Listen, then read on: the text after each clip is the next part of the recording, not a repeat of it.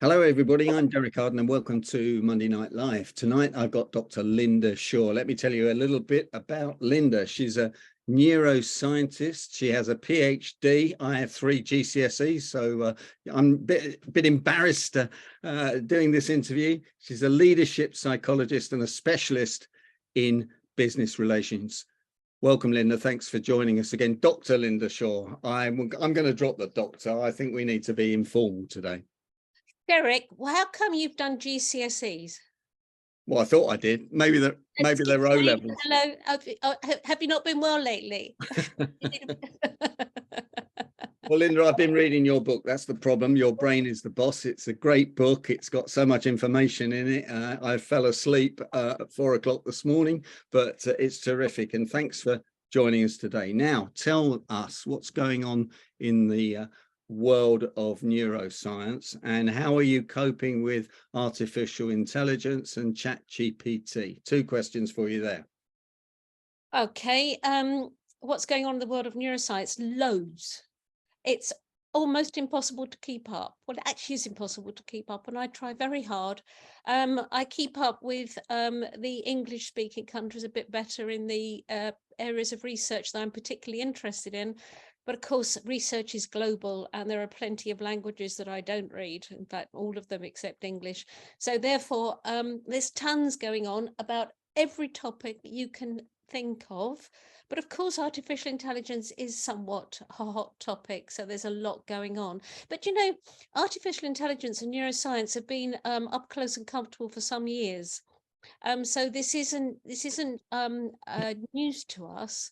But of course, what is interesting is in the speed in which it's developing now, because it's improving itself, which is quite a scary concept, I think.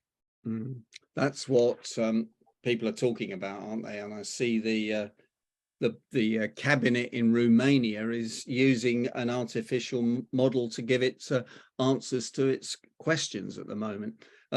Is that real, or should we be believing the way artificial intelligence might take off the way we read it in the popular press?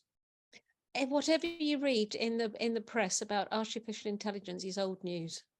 Oh, really? Yeah. Wow. I know a lot of scientists who are working in AI. I used to know many years ago Fernand Gobert, a professor of expertise, and he was working a lot in artificial intelligence. And honestly, they're far more ahead than we realize. All of the time. So it is a worry. We have got to learn to work with it and live with it. But at the moment, I've got a friend who put my name in ChatGPT, and I didn't recognize myself when she sent me the results. I thought, who is this person? Apparently, I've published numerous things that I haven't got a clue about. So it was completely wrong. There are 2 other Dr. Lynda Shaws in the world, and those, so the 3 of us, between us, if you wrap us into one person, we are really astonishing because of this stuff that apparently we've done, which is not true. But of course, as I've just said, if it's improving itself, that's a whole different ball game, isn't it? So you're actually saying it's improving itself without anyone touching it, without Elon Musk putting his £10 billion in and issues like that? The whole point of ChatGPT and the likes is that they get better with practice, including emotion. Wow. Yeah. That's something I wanted to talk to you about, emotions, actually. So thanks for bringing it up. Where do emotions fit into what you do and to the neuroscience of it all? My doctorate was about unconscious processing of emotion. Consciousness I've been reading about since I was 14. It's like the last frontier. It's some people think of consciousness as the soul or the essence or whatever, and it's a fascinating topic, and it's an infuriatingly complicated topic, but sadly neuroscience hasn't got very far with that. But what we have gone doing very well with is unconscious processing. And we process emotions below conscious awareness, which I think a lot of people are aware of these days, and that was basis of my doctorate. Although having since done that research, there is another professor who is doing a lot of work called Lisa Feldman Barrett, and she has put a cat amongst the pigeons in terms of emotional research and neuroscience, in that she believes that, and is shown by her research, that we use emotion to make sense of what is going on around us. So we construct an emotion to understand something, which of course is not how we believe emotion to be. We believe before this, although there was one contributor that she has stood on the shoulders of and developed from his work, but we've always thought that emotion is something that actually controls, or not controls, actually elbows out of the way our cognitive processing. So we sort of flare up, we go straight away, and we're surrounded with these emotional feelings that we have, and we go for it. And then the cognitive brain goes, okay, whoa, slow down. You've really got to get a grip here. And we've thought in terms of that emotional cognition relationship before, but Lisa Feldman Barrett's work is saying otherwise. So it's very interesting at the moment in neuroscience what's going on. So we'll see. It's good. It's very good when a scientist shakes things up a bit, because it means we move forward a lot. Now, have you got your brain there? Well, here's my brain. Here's your brain, right? You've got your brain there. I've seen you on stage with that. Which bit processes what? So where's our consciousness and where's our unconsciousness? Now you can't say where is the consciousness and unconsciousness in the brain. Okay. Right. However, I can help you out with this. If this A4 sheet of paper was the brain, and I asked you how much of this brain is conscious processing and how much is unconscious processing, what would you say? So let's just take that by thinking about how much of your brain is conscious. How much of that A4 sheet of paper is conscious processing? Go on, tell me. Well, I remember that we can only hold 7 plus or minus 2 things in our conscious mind. So I guess, and our unconscious mind is unlimited, I think. So I guess it's a tiny dot. Would that be? Anybody want to say more or less than Derek? They're all on mute, but they could put it in the chat box. Okay. What do you reckon? Anybody got more or less? Go and put more or less in. Go for it. I tell you what, let's make it easy on you. Oh, 5% from Jill. Thanks, Jill. 1% Michael. Okay. Adopt Mary. Thank you. 0.5. Thanks, Mark. Okay. I tell you what, let's make it simple. Let's do that strange game that hang on a minute, let me just close the chat. Let's do that strange game that used to be on television. Higher, higher, lower, lower, right? Oh, thumbs up. Yeah. Point. Higher than Derek said. Higher, thumbs up. Right, everyone's on gallery view now. Lower, thumbs down. In actual fact, Derek was pretty good, because it is a dot. Tiny dot. Okay. That came about. There was a documentary on the UK television some years ago now, and they were interviewing a bunch of neuroscientists, and they asked this very question individually, and they all said, well, it's so hard to measure. However, our belief is that it is probably no bigger than a dot as conscious processing. So I think that tells a big tale, actually, that all of that other stuff that's going on in our mind is unconscious processing. It's interesting. Good question, Derek.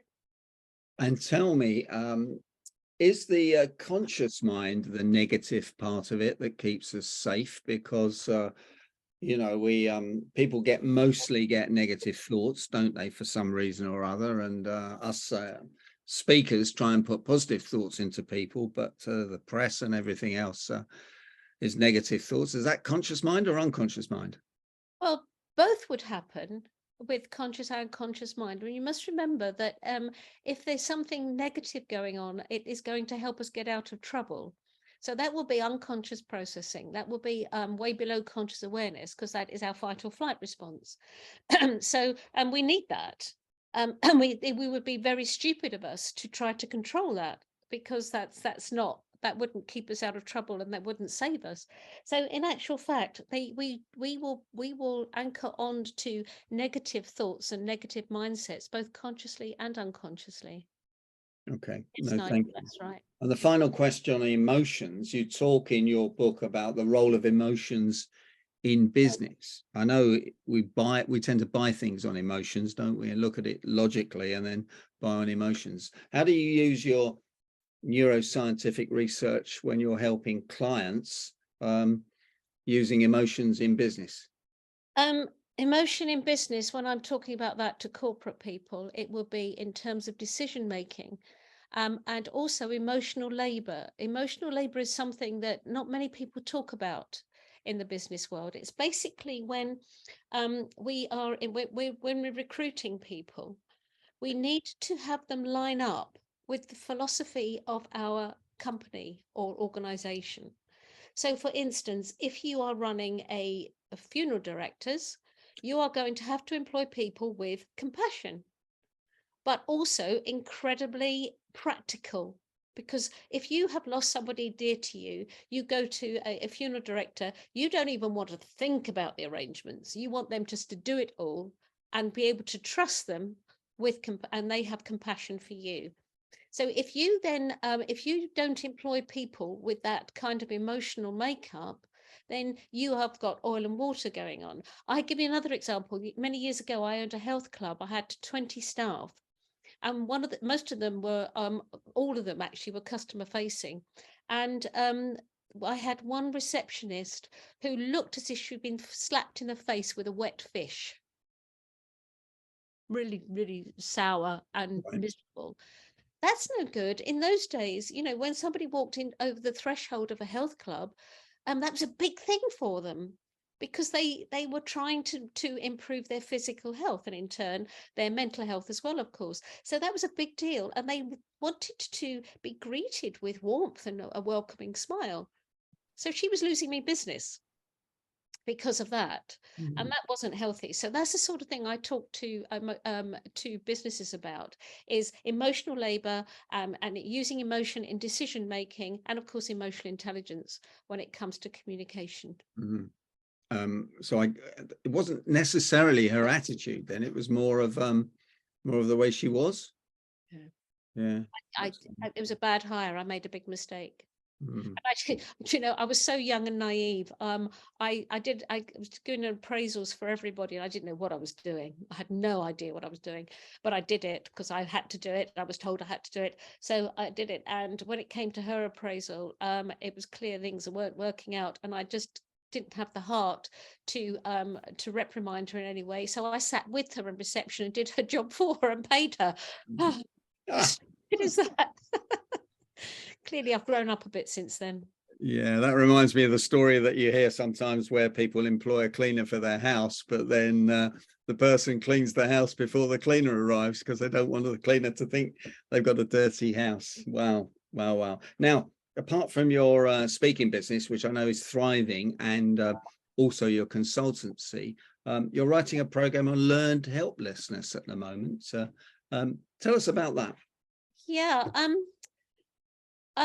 learned helplessness is a phenomenon, or a idea, a concept that Professor Martin Seligman, worked on in the 1960s, and he was working with dogs, and he discovered that if a dog just couldn't escape, or just could not do what it tried to do, or was constantly being told off, and it didn't understand why it was being told off and could do anything right, it stopped trying to escape and it became passive. It was learned helplessness. And I've seen this in children. I've seen the way some parents work with the children. I've seen it with adults in terms of their intimate relationships with another adult. I've seen it with people in the workplace, and I've seen it with the elderly. So what I'm doing is I've started a series. It's just a 5-part series. This last week I did it, learned helplessness in childhood. This week is going to be in the workplace. Oh no, sorry, in adult relationships. Then next week will be in the workplace, and then the week after that will be about the elderly. And then in the 5th week, it's going to be what we can do about it. And what has surprised me, I was testing it out on LinkedIn, and I'm absolutely surprised how many people are really interested and how prevalent it is. This learned helplessness by the way we treat one another is just terrible, because people just, if you feel that you can't do anything right, you give up trying, and it can actually lead to anxiety and clinical depression. Mm. It's very serious. And when you consider how clinical depression is rife at the moment and not getting better, in actual fact getting worse, then we need to address it before things are so bad. We need to look at things that can actually help us not slip down into that dark place. So that's what it's about. And it will only be an ebook at the end of it, and I will put it on my website. It's not going to be anything heavy. I just wanted it to be to raise awareness about learned helplessness and what a big issue it can be. You raise a very interesting question at the moment about depression and everything that comes under the word depression or stress or whatever. I'm not sure. 50 years ago, would we talk about any of these subjects, or would we just say she's lost the plot, or he needs to get a grip? No, what we would say is how my great grandmother would say it, and she would call it a worry. Yeah. She would call it worry. She used to say worry, hard work didn't kill anyone, but worry does. And I think that is still today, but we've swapped the word for stress. Because we understand the stresses, we understand cortisol, the stress hormone, we understand adrenaline, we understand the sympathetic and the parasympathetic nervous systems, we understand an awful lot more, and that knowledge is now becoming more widespread amongst the population. So I don't understand the parasympathetic nervous system. That was going to be my next question to you. So thanks for prompting me on this. So it's the sympathetic nervous system and the parasympathetic nervous system. Is it? They're the two systems? Yes, there are two symptoms that we talk about, or systems rather, we talk about when it comes to the stresses. So basically what happens is the parasympathetic nervous system is commonly known as the rest and digest system, which means that the digestion is working properly, we are calmer, and we are calm and alert, which is the ideal place to be throughout the day. Of course, we don't stay the same all the time, but if we can maintain for a majority of our day to be in the parasympathetic nervous system, then we are as healthy as we can be in terms of the stresses. The sympathetic nervous system is our fight or flight system.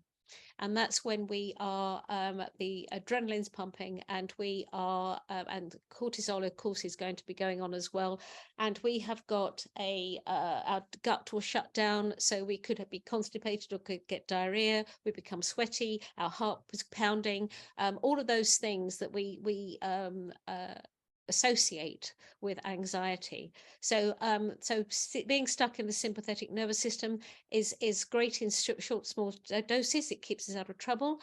However, if we get stuck in it for too long, that can lead to more physical health issues that we didn't bargain for, even some cancers. So it's a very good idea to understand how to switch into the parasympathetic nervous system and make sure that we work with that more than the other.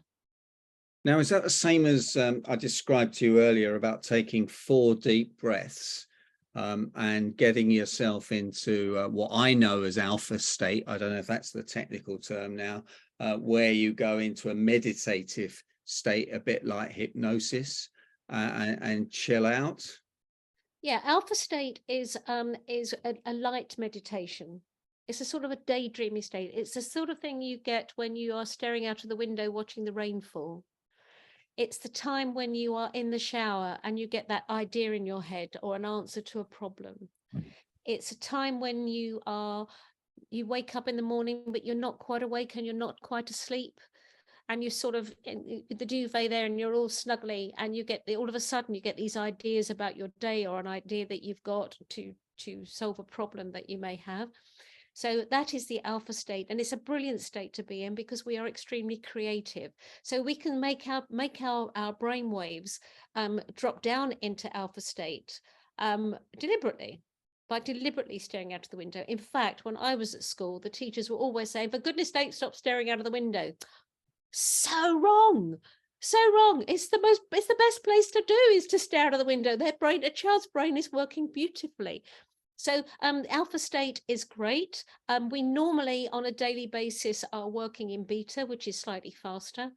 But it's not a good idea to stay in that. We need some respite and slip into alpha sometime at some points in the day. You can do that on the breath. You can do it on 4 breaths. You can do it on 5 breaths. You're counting them slowly. Count to a number 1, 2, 3, 4, 5. Hold for 1. Breathe out 1, 2, 3, 4, 5. It's up to you. It depends on the individual. There is no formula that works for everybody, and I think that's a very important point to make.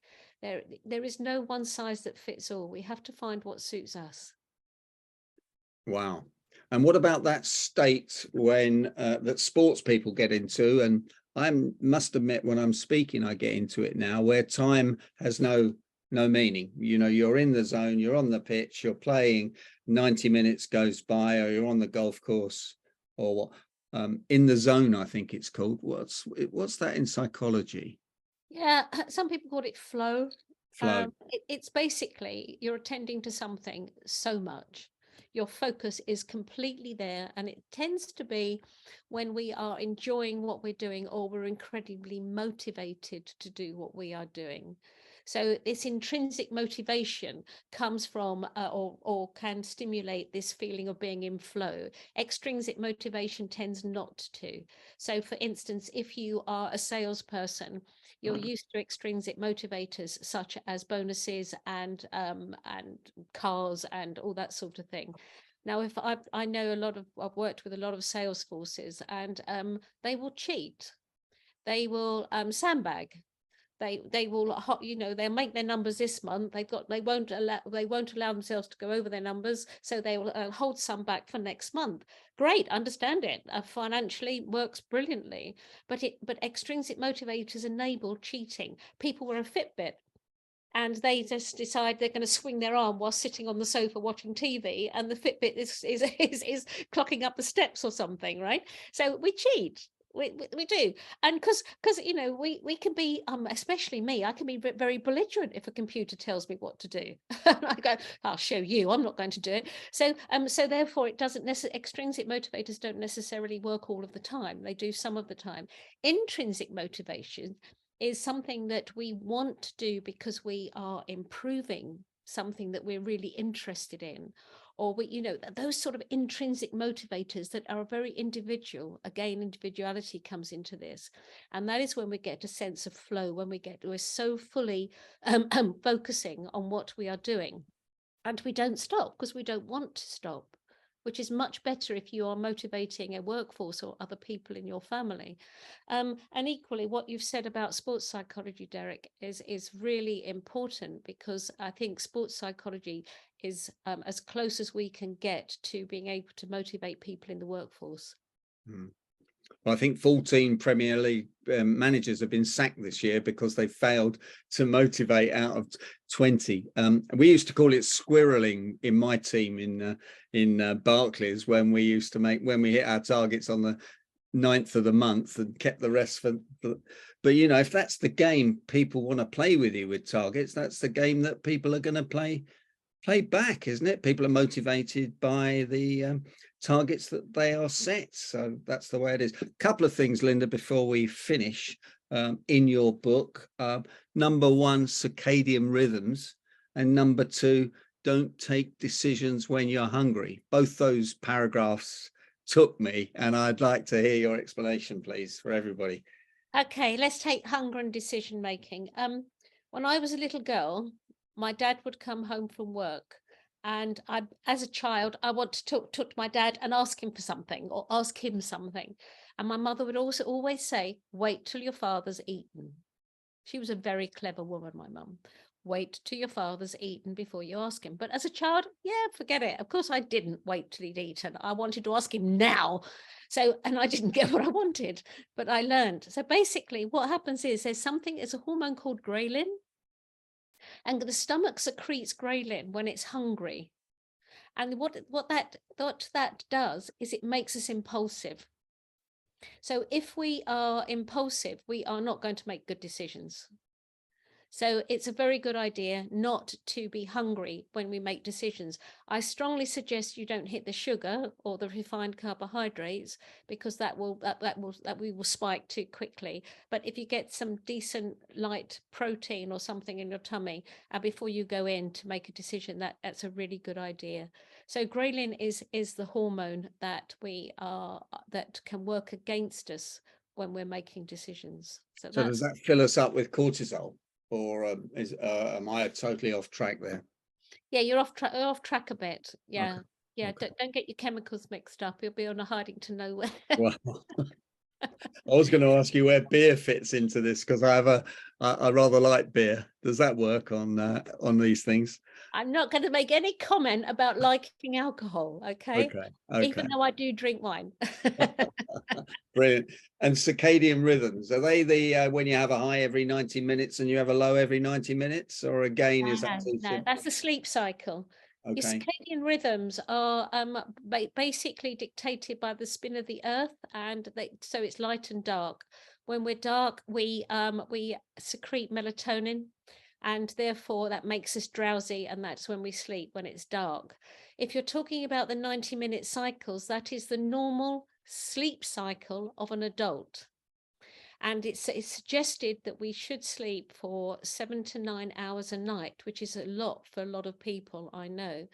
But in a 90-minute sleep cycle, we have basically four stages. Some people say four stages of sleep. So you're in light sleep, then you go into non-REM sleep, which is you're not flickering the eyelids, and then you go into deep sleep, and then you're into REM sleep, which is your dream state. So the four stages.